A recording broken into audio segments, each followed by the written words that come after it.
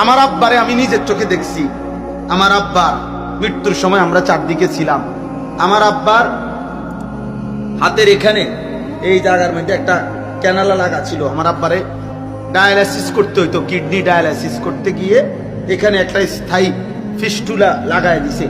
এটা দিয়া ফাইভ মিলাইয়া এরপরে আব্বারে ডায়ালাইসিস করতে হইতো। তো এই আমরা যখন আব্বা অসুস্থ শেষ অবস্থা, ডাক্তার সাহেব বলছে আর হবে না, এখন আর এটাও কাজ করতেছে না, কিন্তু এটা নড়ে, এটা সারাক্ষণ নড়তো, 24 ঘন্টা আব্বার এটা নড়তো। তো আমরা সবাই পাশে বসা, আমার বাবার ছেলে মেয়ে, আমরা ভাই বোন 8 জন, নাতি নাতনি মিল্লা প্রায় 25 জন তখন কোরআনুল কারীম চারদিকে পড়তেছিলাম। আমার আব্বা 43 বছর এক মসজিদের ইমামতি করছে এক জায়গায়।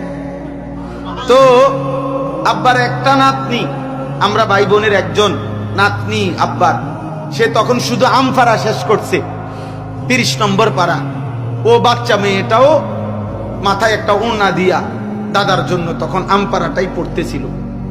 এইভাবে বাবার চারদিকে আমাদের বাসায় কোরআন শরীফ পড়া অবস্থায় হঠাৎ করে আমার বড় বোন বা কেউ একজনের তা আব্বার এই হাতটার এই দিক দিয়ে বসা ছিল, হঠাৎ করে বোনি কায়দা দিয়ে বলতেছে, ভাই বাবার এটা থাইমা গেছে,